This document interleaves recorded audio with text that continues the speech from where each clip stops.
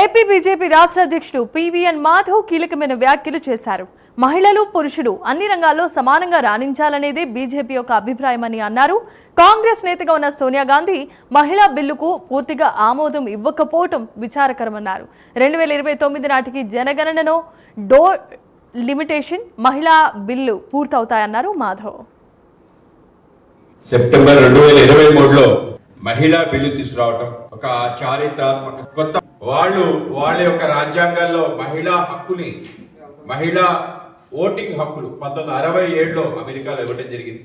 European దేశాలు కూడా చాలా లేట్గా ఇవ్వడం జరిగింది. కానీ భారతదేశం మొదటి నుంచి మహిళలకి సరైన ప్రాధాన్యత మన ఇతిహాసాల్లో అలాగే మన చరిత్రలో మన వాగ్మయంలో ఇవ్వటం దాన్నే నిజం చేస్తూ స్వతంత్ర పోరాటంలో కూడా అనేక మంది మహిళా మనులు పోరాటం చేస్తారు. ఆ విధంగా ప్రాధాన్యత రావడం జరిగింది.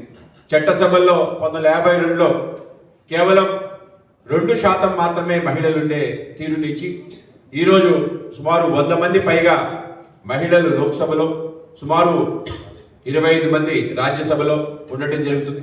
100 మంది పైగా ఉండే ఈ యొక్క మహిళల యొక్క శక్తిని మరింత పెంచాలనే ఆలోచనతో 1996లో ఈ దేశంలో ఆ రోజుండే ప్రధానమంత్రి దేవగౌడ నేతృత్వంలో మనం మహిళా బిల్లును తీసుకురావడం జరిగింది. ఆ రోజు అది కూడా చారిత్రాత్మక నిర్ణయం. కానీ మహిళా బిల్లు అడుగు ముందుకు వేయలేకపోయింది.